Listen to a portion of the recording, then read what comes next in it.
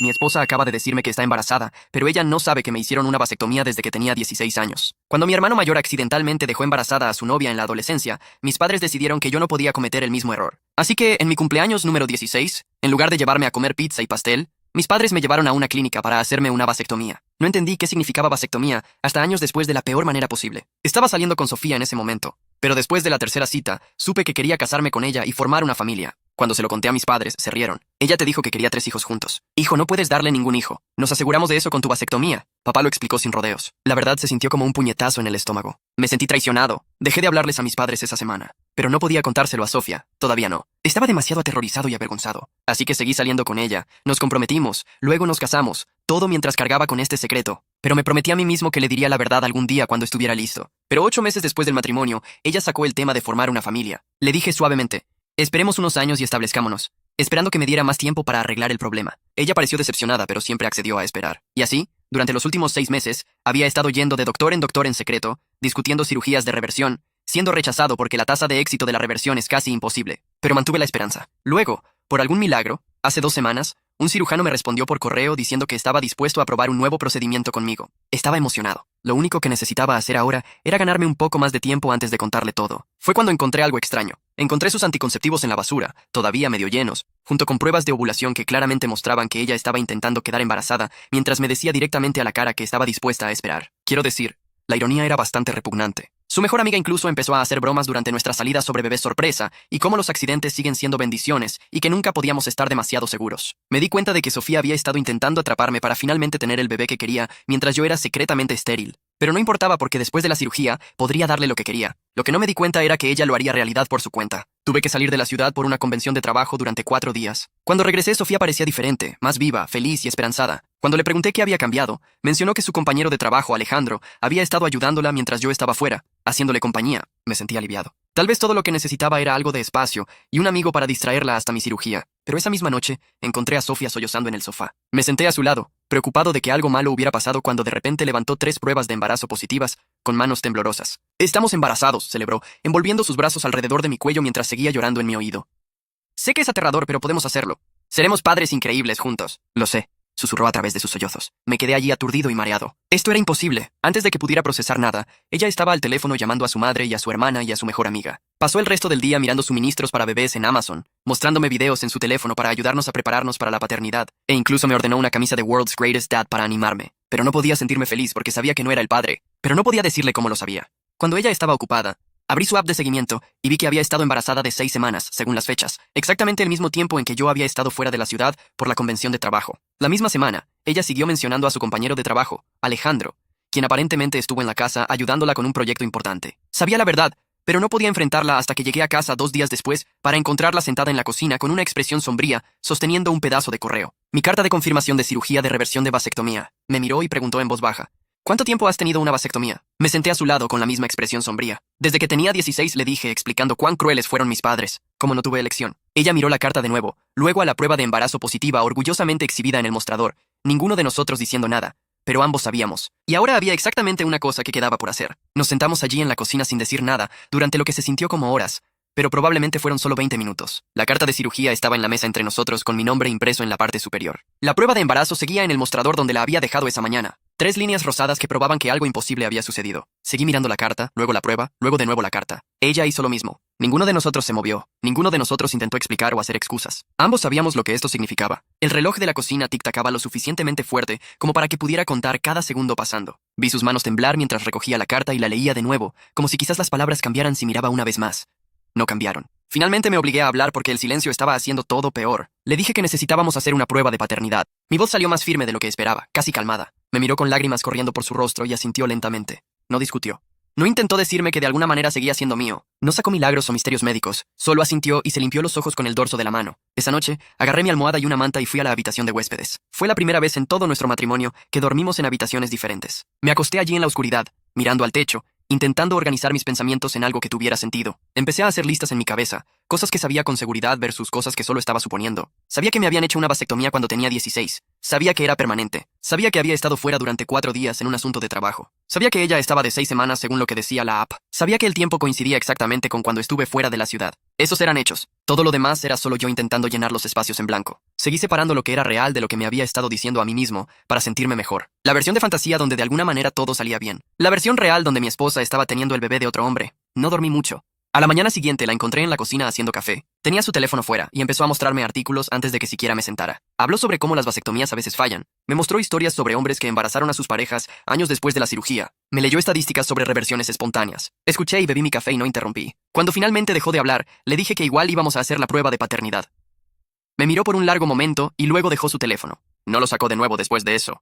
Más tarde esa misma mañana, me preguntó por qué nunca le conté sobre la vasectomía antes de casarnos. Así que expliqué todo. Le conté cómo mi hermano mayor dejó embarazada a su novia cuando era adolescente. Le conté cómo mis padres decidieron que yo no podía cometer el mismo error. Le conté cómo me llevaron a hacerme la cirugía en mi cumpleaños número 16, en lugar de llevarme a comer pizza como padres normales. Expliqué que ni siquiera sabía qué significaba la palabra vasectomía hasta años después cuando quería formar una familia con ella. Pareció conmocionada. Me preguntó una y otra vez por qué lo mantuve en secreto. Admití que estaba demasiado avergonzado. Tenía miedo de que me dejara si sabía que no podía darle hijos. Estaba avergonzado por lo que mis padres me hicieron. Seguía pensando que encontraría una manera de arreglarlo antes de tener que contarle la verdad. Se quedó callada por un minuto, y luego sugirió que quizás la cirugía que tenía programada de alguna manera funcionó temprano. Quizás mi cuerpo sabía que quería hijos tan desesperadamente, que se curó solo antes de tiempo. Quizás el doctor estaba equivocado sobre cuán permanente era. Miré su rostro mientras hablaba, y vi cuánto quería que esto fuera verdad. Dolía mirarla con su esperanza desesperada. Le dije suavemente que las cosas médicas no funcionan así. Los cuerpos no se curan solos, solo porque queremos que lo hagan. Necesitábamos enfrentar lo que realmente estaba pasando, en lugar de inventar historias que nos hicieran sentir mejor. Pasé toda la tarde en mi computadora buscando información sobre pruebas de paternidad. Aprendí sobre diferentes tipos y cuáles resisten en la corte. Leí sobre pruebas de cadena de custodia donde documentan todo oficialmente para que nadie pueda alterar los resultados. Encontré una clínica al otro lado de la ciudad que hace el tipo legal y llamé para hacer una cita. Tenían una apertura el próximo martes. Anoté la fecha y hora y dirección. Cuando bajé las escaleras le conté cuándo íbamos. Solo asintió. Esa tarde, me senté en la habitación de huéspedes e hice una promesa a mí mismo. Estaba acabado con esconder cosas sobre mi cuerpo y mi pasado. Estaba acabado con proteger los sentimientos de otras personas cuando significaba mentir sobre mi propia verdad. Cualquiera que fuera el resultado con este matrimonio, lo que pasara después, no iba a vivir en vergüenza nunca más. No sobre la vasectomía, no sobre lo que mis padres hicieron, no sobre nada de eso. Iba a ser honesto incluso cuando fuera difícil. Al día siguiente, llamé a Dr. Luis Mendoza, el cirujano que hizo mi vasectomía original y que se suponía que haría mi reversión. Expliqué lo que pasó con el embarazo de mi esposa. Le dije que necesitaba prueba de mi historia médica. Dijo que armaría todos mis registros y escribiría una carta confirmando mi estatus. Me dijo que lo sentía por lo que estaba pasando. Escucharlo decir eso hizo que todo se sintiera más real de alguna manera, como si no estuviera solo pasando en mi cabeza nunca más. Era real lo suficiente como para que otras personas pudieran verlo. También. Pasé horas esa noche leyendo todo lo que pude encontrar sobre qué pasa cuando alguien no es el padre biológico. Busqué derechos legales y responsabilidad financiera. Leí sobre certificados de nacimiento y cómo se agregan nombres. Aprendí sobre custodia y manutención infantil. Leí foros donde otros hombres hablaban sobre descubrir que sus hijos no eran suyos. La información siguió acumulándose hasta que mi cerebro se sintió demasiado lleno. Pero me obligué a seguir leyendo. Necesitaba entender cada posible cosa que pudiera pasar. Necesitaba conocer mis opciones antes de que fuéramos a esa prueba, aunque ya sabía lo que dirían los resultados. Los siguientes días se convirtieron en una extraña rutina donde Sofía y yo existíamos en el mismo espacio sin realmente estar juntos. Moví mis cosas a la habitación de huéspedes al final del pasillo. Ella se quedó con el dormitorio principal. Nos cruzábamos en la cocina durante el desayuno y a veces en el pasillo cuando ambos íbamos o veníamos. El silencio entre nosotros se sentía denso e incómodo. Ninguno de nosotros sabía qué decir nunca más. Me di cuenta de que habíamos estado viviendo como extraños por más tiempo que solo estos últimos días. Quizás habíamos sido extraños todo el tiempo, y yo solo no quería verlo. Ella intentó empezar conversaciones unas cuantas veces, pero no podía hacerlo. Cada vez que la miraba, pensaba en el bebé que no era mío. Una mañana, bajó las escaleras con su teléfono y se sentó en la mesa de la cocina frente a mí. Empezó a desplazarse por sitios web de nombres de bebés y a mostrarme opciones. Sostenía el teléfono hacia mí con una sonrisa esperanzada y preguntaba qué pensaba sobre ciertos nombres. Sentí mi estómago revolverse. Me levanté de la mesa y salí de la habitación sin decir nada. Me llamó, pero subí las escaleras y cerré la puerta de la habitación de huéspedes. No podía sentarme allí y planear para un niño que pertenecía a alguien más. La brecha entre su planificación esperanzada y mi dolor se sentía imposible de cruzar. Ella quería fingir que todo era normal. Yo no podía fingir nunca más. Más tarde ese día, abrí mi laptop y creé un nuevo documento. Lo titulé Cronología y empecé a escribir cada fecha que podía recordar de los últimos 2 meses. Escribí cuándo salí para la convención de trabajo. Noté las fechas exactas en que estuve fuera. Escribí cuándo regresé a casa. Agregué la fecha cuando me contó sobre el embarazo. Calculé hacia atrás desde su app de seguimiento para averiguar cuándo se habría embarazado. Las fechas coincidían exactamente con mi viaje. Verlo todo escrito en blanco y negro hizo el patrón claro e innegable. Guardé el documento en una carpeta etiquetada legal. Llamé a la clínica de nuevo a la mañana siguiente para confirmar nuestra cita para la prueba de paternidad de cadena de custodia. La programadora contestó y verificó nuestra información. Me explicó todo el proceso paso a paso. Me dijo que ambos necesitaríamos traer identificaciones gubernamentales. Dijo que nos tomarían fotos para documentación. Explicó que recolectarían muestras con testigos presentes para mantener la cadena de custodia. Me dijo que los resultados tomarían de 7 a 10 días hábiles después de la prueba. Anoté cada detalle que me dio en un cuaderno. Tener algo concreto para aferrarme ayudaba cuando todo lo demás se sentía incierto y desordenado. Necesitaba hechos y procedimientos. Necesitaba cosas que pudiera controlar. El siguiente paso era averiguar mis derechos legales. Busqué en línea abogados de derecho familiar en el área y encontré a Pablo Ruiz.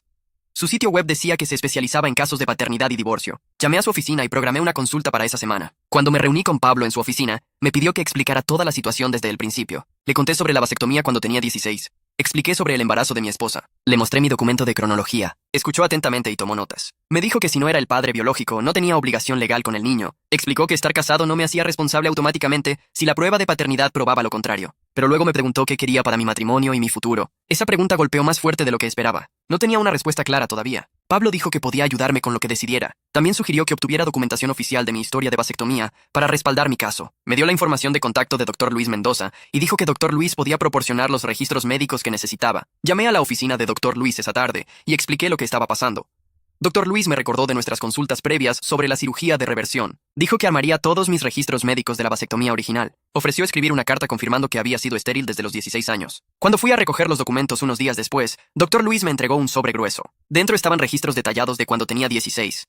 También había una carta en papel con membrete oficial declarando mi historia médica y estatus actual. Leer a través del papeleo validaba todo lo que había estado diciendo, pero también me enojó de nuevo con mis padres. Ellos me habían hecho esto sin mi consentimiento real. Me habían quitado mi elección. Esa tarde, saqué el tema de consejería de parejas con Sofía. Parte de mí pensaba que necesitábamos ayuda profesional para superar esto. Parte de mí quería un testigo de cualquier verdad que finalmente saliera. Ella accedió de inmediato. Pareció aliviada de que estuviera dispuesto a intentar trabajar en las cosas. No estaba seguro todavía si eso era lo que realmente estaba haciendo. Solo sabía que no podíamos seguir viviendo así, sin algún tipo de estructura o guía. Encontré a Elena Vargas a través del sitio web de mi proveedor de seguros. Se especializaba en consejería matrimonial e intervención en crisis. Reservé nuestra primera sesión para la siguiente semana. Cuando llegamos a la oficina de Elena, nos hizo sentar en un sofá frente a su silla. Nos pidió a cada uno que explicáramos por qué estábamos allí. Fui primero y expuse los hechos básicos. Vasectomía a los 16. Embarazo de esposa. Cronología que no cuadraba. Necesidad de prueba de paternidad. Sofía empezó a llorar antes de que siquiera terminara de hablar. Luego Elena le pidió a Sofía que compartiera su perspectiva. Fue cuando Sofía admitió que había dejado de tomar anticonceptivos hace 6 meses sin decírmelo. Dijo que pensó que si solo pasaba naturalmente, yo no me enojaría por tener un bebé. Dijo que estaba cansada de esperar. Escucharla decirlo en voz alta frente a una terapeuta hizo que algo se rompiera dentro de mí. Cualquier confianza que había estado sosteniendo se hizo añicos completamente en ese momento. Elena no reaccionó con shock o juicio, solo asintió y tomó notas. Luego nos preguntó qué necesitábamos para avanzar. Dije que necesitábamos la prueba de paternidad hecha apropiadamente con documentación legal. Elena nos ayudó a acordar la prueba prenatal de cadena de custodia allí mismo en su oficina. Tener una tercera parte neutral, hacerlo oficial de alguna manera lo hizo más real. Sofía accedió a todos los términos sin discutir. Creo que finalmente estaba aceptando que necesitábamos respuestas reales en lugar de historias esperanzadoras. Antes de dejar esa primera sesión, Elena nos ayudó a establecer algunas reglas para vivir juntos mientras esperábamos los resultados. Dormitorios separados que ya habíamos empezado, un horario compartido de cocina para no solaparnos. Nada de charlas sobre bebés alrededor mío. Se sintió frío y como de negocios, pero era la única manera en que podía funcionar. Ambos accedimos a los términos. Programamos nuestra próxima sesión para 2 semanas después. En el camino a casa, ninguno de nosotros habló. Cuando llegamos a la casa, Sofía fue directamente al dormitorio principal y yo fui a la habitación de huéspedes. Escuché su puerta cerrarse. Cerré la mía también. La casa se sintió más vacía de lo que nunca había estado antes. No pude dormir esa noche. Me acosté en la cama de huéspedes mirando al techo por horas antes de finalmente rendirme y encender la lámpara. Saqué mi laptop y empecé a reunir cada documento que tenía sobre mi vasectomía. Creé una carpeta en mi escritorio y la nombré documentación.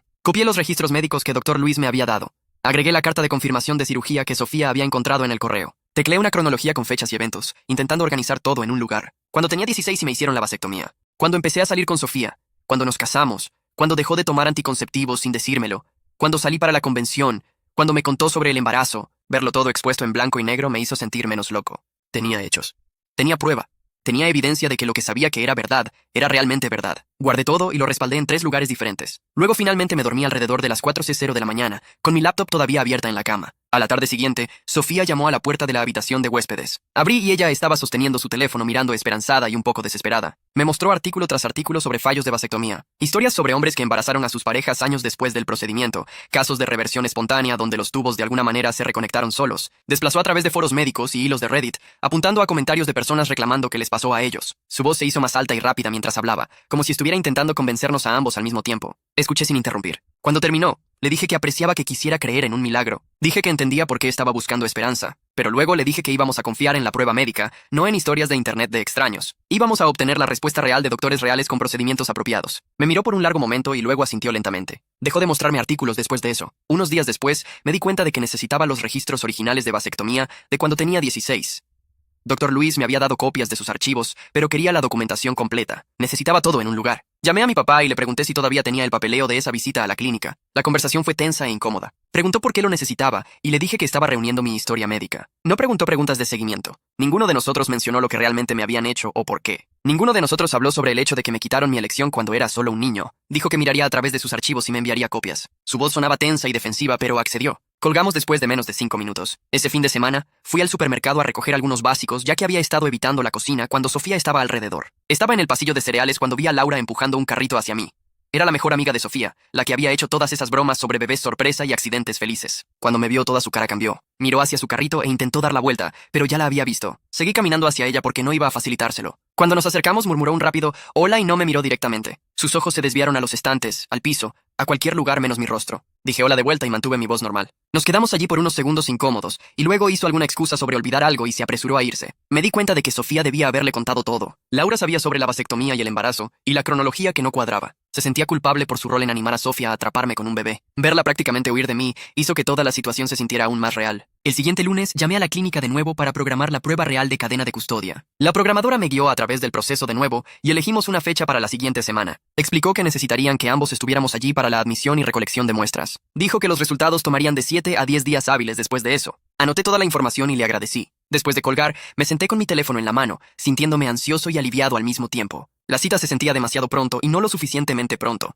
Parte de mí quería terminar con eso y tener prueba concreta. Parte de mí quería retrasarlo para siempre y quedarme en este extraño espacio donde sabía la verdad, pero no tenía confirmación oficial todavía. Sabía que una vez que tuviéramos esos resultados, todo cambiaría de maneras que no podría retractar. Esa tarde, Sofía me encontró en la sala y sugirió que quizás podíamos usar una prueba de paternidad casera más barata en lugar de ir a la clínica. Intentó hacerlo sonar práctico, como si estuviera preocupada por el costo. Dijo que esos kits por correo eran igual de precisos y mucho más asequibles. La miré y dije no inmediatamente. Le dije que íbamos a hacer la prueba legal con procedimientos apropiados de cadena de custodia. Expliqué que necesitaba documentación que resistiera en la corte si llegaba a eso. Su rostro decayó y asintió sin discutir. Podía ver en sus ojos que entendía lo que realmente estaba diciendo. Ya no confiaba en ella. Necesitaba todo oficial y verificado porque no podía tomar su palabra por nada. Salió de la habitación sin otra palabra. Al día siguiente, llamé a un amigo del trabajo y le pregunté si podía quedarme en su lugar por unos días. Dijo sí de inmediato sin preguntar demasiado. Empecé a empacar una bolsa en la habitación de huéspedes, doblando ropa, reuniendo artículos de aseo. Se sentía como si estuviera practicando para algo más grande. Cada ítem que ponía en la bolsa se sentía significativo, como si estuviera decidiendo qué partes de mi vida quería llevar conmigo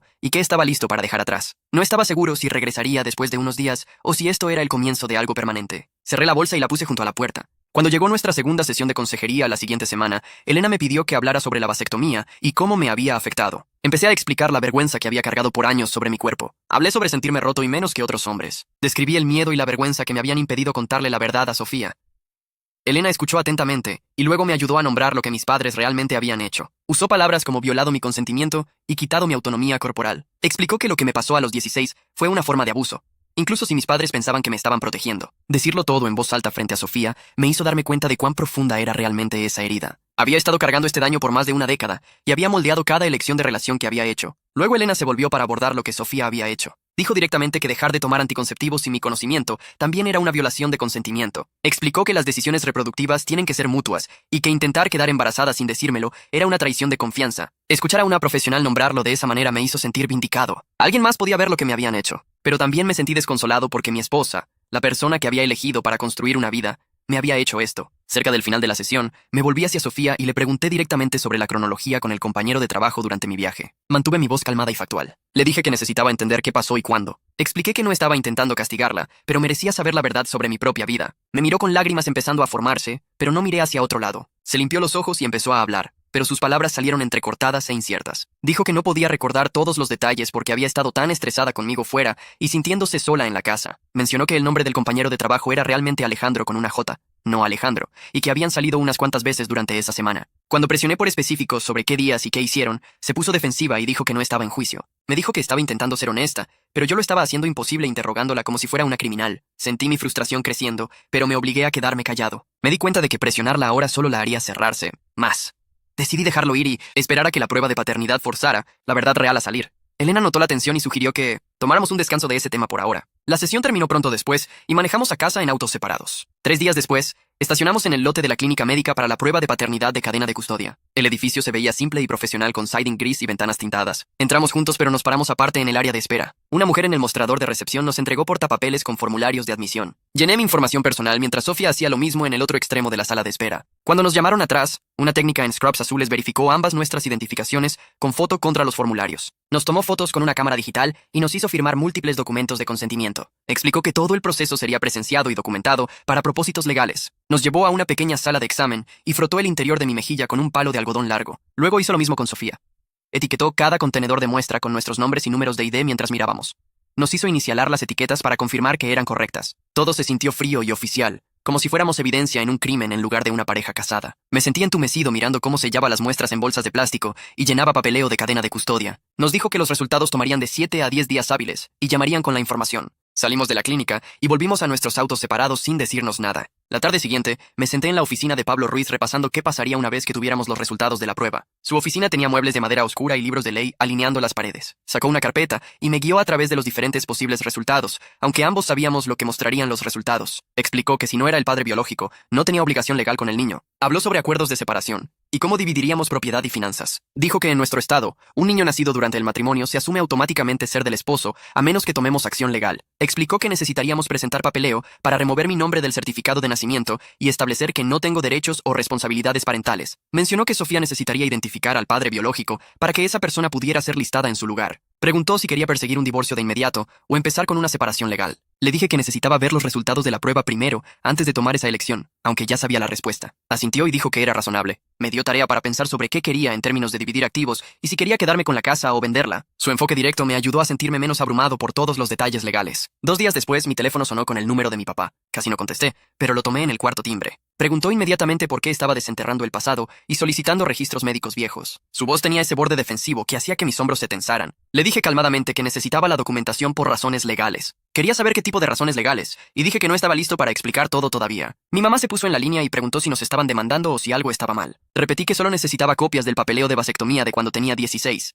Papá dijo que tendrían que cavar a través de archivos viejos y podría tomar tiempo. Podía oír la molestia en su voz como si estuviera siendo irrazonable por preguntar. Mamá dijo que buscarían los registros, pero no entendía por qué esto salía ahora después de todos estos años. Les agradecí y terminé la llamada antes de que pudieran preguntar más.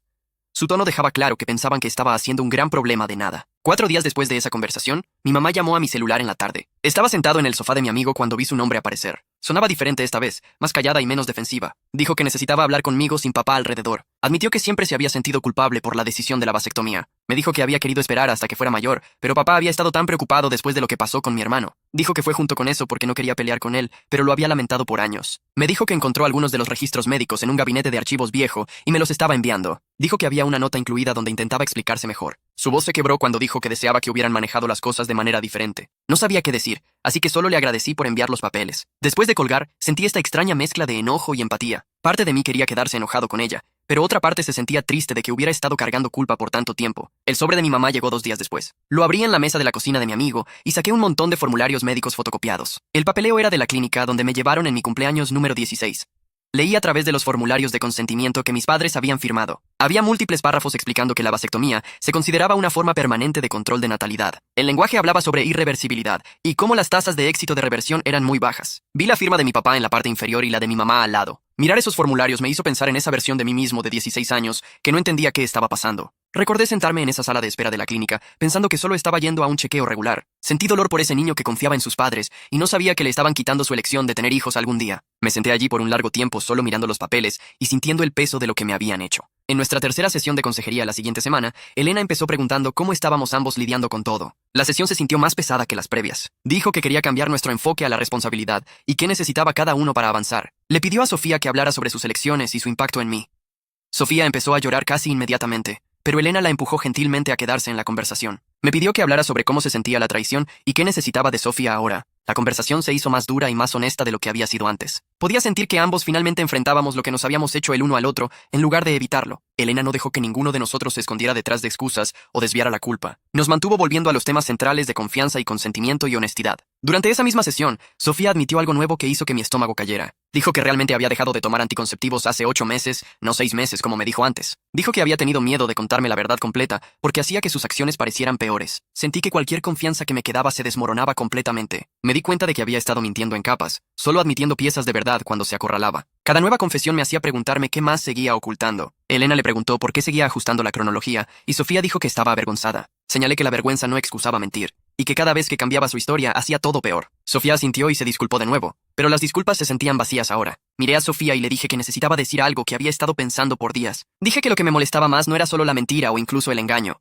era el sentido de derecho detrás de todo eso. Expliqué que ella decidió que podía hacer elecciones reproductivas por ambos porque quería un bebé lo suficientemente malo. Le dije que dejar de tomar anticonceptivos sin decírmelo era una violación de mi consentimiento, justo como lo que mis padres me hicieron era una violación. Dije que su miedo de perderme no justificaba quitar mi derecho a tomar decisiones sobre mi propia vida y cuerpo. Empezó a llorar fuerte y a decir que sabía que había metido la pata. Me quedé calmado y mantuve mi voz firme. Le dije que entendía que estaba asustada, pero eso no hacía que lo que hizo estuviera bien. Dije que si hubiera sido honesta conmigo sobre querer hijos tan desesperadamente, podíamos haberlo resuelto juntos. En cambio, eligió mentir y manipular, y ahora estábamos aquí. Elena asintió y dijo que era un punto importante sobre consentimiento y sociedad que necesitábamos sentarnos con. Cerca del final de la sesión, le pregunté a Sofía de nuevo sobre el compañero de trabajo y cómo se conocieron. Tomó un aliento y empezó a explicar. Dijo que durante mi viaje a la convención, Laura la había invitado a un happy hour de trabajo en un bar del centro. Dijo que Laura la presentó a varias personas de su oficina, incluyendo a alguien llamado Alejandro Torres. Lo describió como si fuera solo una noche casual con amigos. Dijo que todos salieron en el bar por unas horas y luego la gente empezó a irse. La manera en que contó la historia sonaba ensayada e incompleta. Podía oír los huecos donde estaba dejando cosas fuera. Siguió usando lenguaje vago como salieron y hablaron, y tomaron bebidas juntos. No presioné por más detalles justo entonces, porque sabía que la prueba de paternidad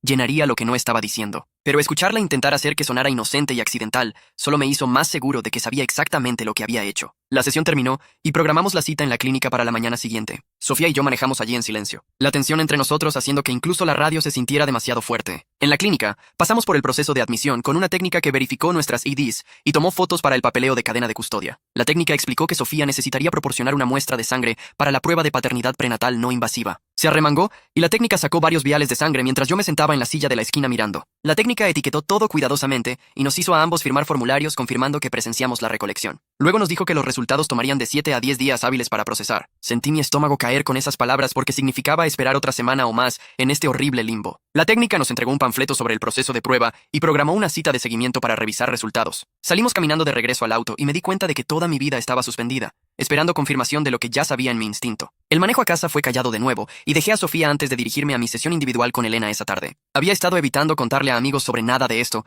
porque no estaba listo para hacerlo público todavía. Sentarme en la oficina de Elena solo se sintió diferente de las sesiones de pareja. Preguntó cómo estaba realmente y admití que me sentía humillado y traicionado en maneras que no podía explicar completamente. Escuchó sin juicio mientras hablaba a través de todo desde mis padres, forzando la vasectomía hasta las mentiras de Sofía sobre anticonceptivos, hasta este embarazo que no podía ser mío. Elena me ayudó a nombrar la vergüenza que había estado cargando por años sobre mi cuerpo y mi fertilidad. Señaló que tanto mis padres como Sofía habían violado mi consentimiento en diferentes maneras. Tener un espacio donde podía ser completamente honesto sin preocuparme por los sentimientos de nadie más era un alivio que no sabía que necesitaba. Cuando llegué a casa esa tarde, mi teléfono sonó con el número de mi papá. Casi no contesté, pero algo me hizo tomar. La voz de mi papá era rígida y formal, mientras decía que querían reunirse y hablar como adultos sobre esta situación. Me sentí aprensivo inmediatamente, porque hablar con mis padres sobre cualquier cosa real siempre terminaba mal, pero accedí a reunirme con ellos, agregando que necesitaba ser en mis términos con límites claros sobre qué discutiríamos. Mi papá sonó sorprendido de que estuviera estableciendo condiciones, pero accedió. Programamos reunirnos en una cafetería la siguiente semana. Después de colgar me sentí ansioso por verlos y qué podrían decir para defenderse. En mi próxima sesión con Elena,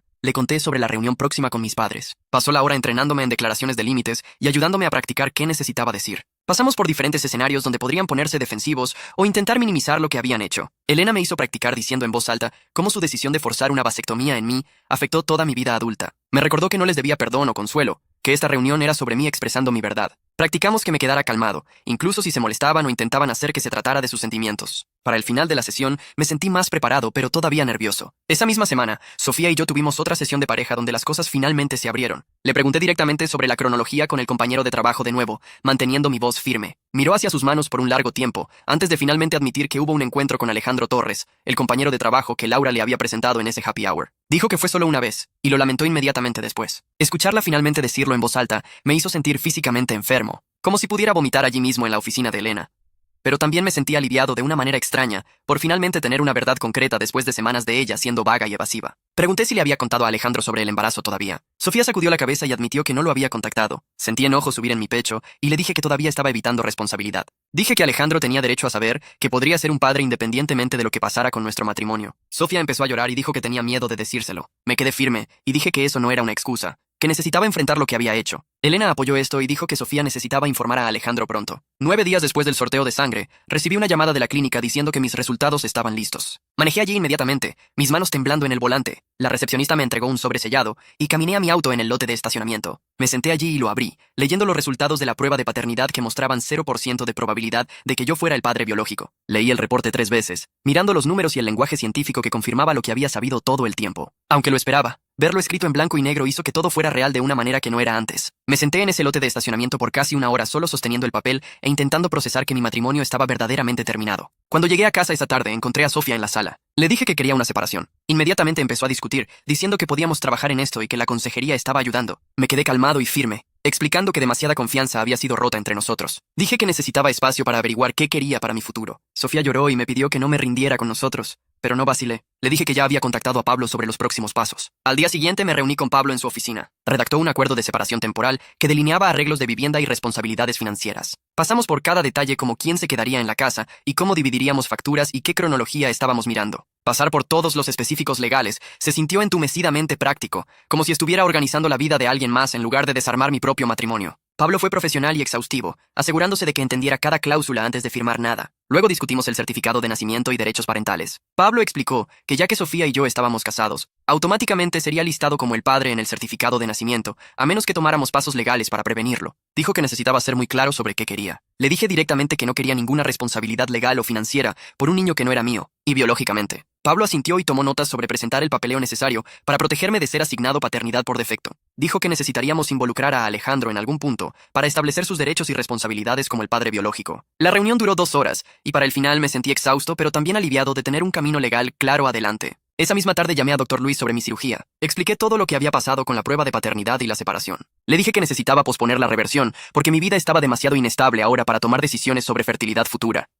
Dr. Luis escuchó en silencio y dijo que entendía completamente. Me dijo que la opción estaría allí cuando estuviera listo, lo que me hizo sentir menos como si estuviera rindiéndome en todo. Antes de colgar, Dr. Luis empezó a hablar sobre otras posibilidades para el futuro. Explicó que incluso con mi vasectomía siendo tan vieja, todavía había opciones como procedimientos de recuperación de esperma e IVF si eventualmente quería hijos biológicos. Escuchar que todavía había caminos adelante me ayudó a separar esperanza para mi futuro del dolor de mi situación actual. Le agradecí y terminé la llamada sintiendo que tenía una cosa menos de qué preocuparme. Al día siguiente, manejé a la casa de mis padres para la reunión que habíamos programado. Mis manos temblaban en el volante todo el camino. Cuando entré, estaban sentados en la mesa de la cocina mirando nerviosos. Me senté frente a ellos y me obligué a empezar a hablar. Les dije directamente cómo su decisión de forzar una vasectomía en mí cuando tenía 16 había dañado toda mi vida. Mi voz tembló, pero seguí, explicando cómo violó mi autonomía corporal y quitó elecciones que deberían haber sido mías para hacer. Exigí que reconocieran lo que hicieron en lugar de defender sus intenciones o hacer excusas. Mi papá miró hacia la mesa y mi mamá tenía lágrimas en los ojos. Ambos se quedaron callados por un largo minuto antes de que mi papá finalmente hablara. Admitió que tomaron la decisión por miedo después de lo que pasó con mi hermano. Mi mamá agregó que no consideraron cómo me afectaría a largo plazo o cuán equivocado era hacer esa elección por mí. Ambos accedieron a buscar terapia para entender por qué pensaron que tenían derecho a hacer eso. Acepté sus palabras con esperanza cautelosa, sabiendo que no era una disculpa perfecta, pero era un comienzo. Cuando llegué a casa, Sofía estaba esperando en la sala. Le dije que necesitaba contactar a Alejandro sobre el embarazo y su conexión biológica con el bebé. Pareció asustada, pero asintió y dijo que lo haría. No confiaba en ella completamente, así que llamé a Pablo allí mismo y le pedí que documentara su compromiso en caso de que se echara atrás y necesitara informar a Alejandro yo mismo. Pablo tomó una nota en su archivo y confirmó que lo tenía registrado. Después de esa llamada, fui a mi laptop y empecé a removerme de toda la planificación del bebé. Eliminé el registro compartido de bebé de Amazon que habíamos empezado. Salí del texto grupal con su familia donde habían estado discutiendo planes de baby shower. Me desinscribí de todas las apps de paternidad que me había agregado sin preguntar. Cada eliminación se sintió como soltar un futuro que había querido, pero nunca iba a tener. Dolía, pero también se sentía necesario. Como si finalmente estuviera aceptando la realidad en lugar de aferrarme a falsa esperanza. Unos días después, durante una de nuestras conversaciones programadas en la casa, Sofía me dijo que había empezado a asistir a sesiones de consejería prenatal. Explicó que estaban enfocadas en preparación para crianza sola y responsabilidad. Podía ver en su rostro que estaba empezando a aceptar la realidad de que criaría a este niño sin mí. Parecía triste, pero también más anclada de lo que había estado en semanas. Pasamos la siguiente semana trabajando en logística para que me mudara. Nos sentamos en la mesa del comedor con cuadernos y dividimos muebles pieza por pieza. Separamos nuestras cuentas bancarias y tarjetas de crédito. Establecimos una cronología para cuando estaría completamente mudado. Encontré un apartamento al otro lado de la ciudad que estaba disponible inmediatamente y firmé un contrato el mismo día que lo vi. Tener mi propio espacio asegurado hizo que la separación se sintiera manejable en lugar de abrumadora. El sábado, manejé a la tienda de segunda mano con una bolsa de donaciones. En el fondo de la bolsa estaba la camisa que Sofía me había ordenado, la que decía World's Greatest Dad en el frente. La tiré en el contenedor de donaciones y la vi desaparecer con toda la otra ropa descartada. Soltarla se sintió triste, pero también necesario, como si estuviera liberando el rol de padre que había imaginado brevemente, junto con toda la falsa esperanza que venía con eso. Esa tarde me senté en mi computadora y escribí un memo de límites a mis padres. Delineé condiciones claras para contacto continuo adelante. Necesitaban asistir a terapia consistentemente y realmente trabajar en entender lo que hicieron. Necesitaban reconocer el daño sin ponerse defensivos o hacer excusas. Necesitaban respetar mis decisiones sobre mi cuerpo y mi vida de ahora en adelante. Lo leí 3 veces para asegurarme de que había dicho todo lo que necesitaba decir. Luego lo adjunté a un email y lo envié. Verlo dejar mi bandeja de salida me hizo sentir fuerte y claro, como si finalmente estuviera declarando mis necesidades en lugar de solo aceptar lo que ellos decidían que era mejor para mí.